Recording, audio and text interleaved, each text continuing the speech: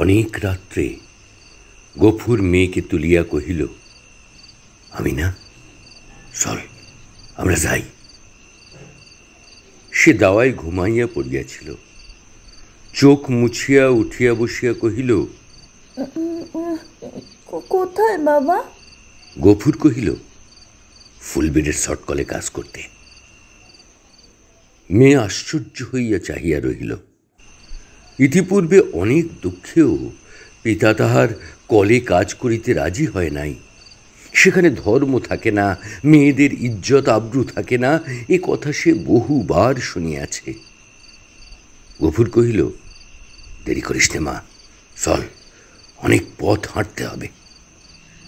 আমি না জল খাইবার ঘটি ও পিতার ভাত খাইবার পিতলের থালাটি সঙ্গে লইতেছিল। গফুর নিষেধ করিল, ওসব থাক মা, ওতে আমার মহেশের প্রাচিত্তির হবে। অন্ধকার গভীর নিশীথে সে মেয়ের হাত ধরিয়া বাহির হইল।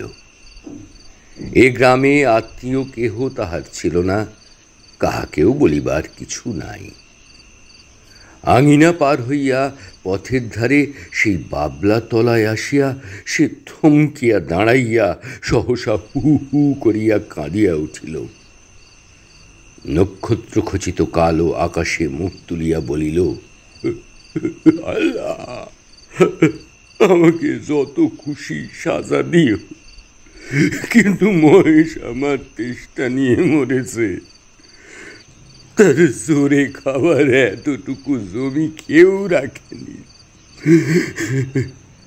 যে তোমার দেওয়া মাঠের ঘাস, তোমার দেওয়া তেষ্টার জল তাকে খেতে দেয়নি, তার কসুর তুমি যেন কখনো মাফ করো না।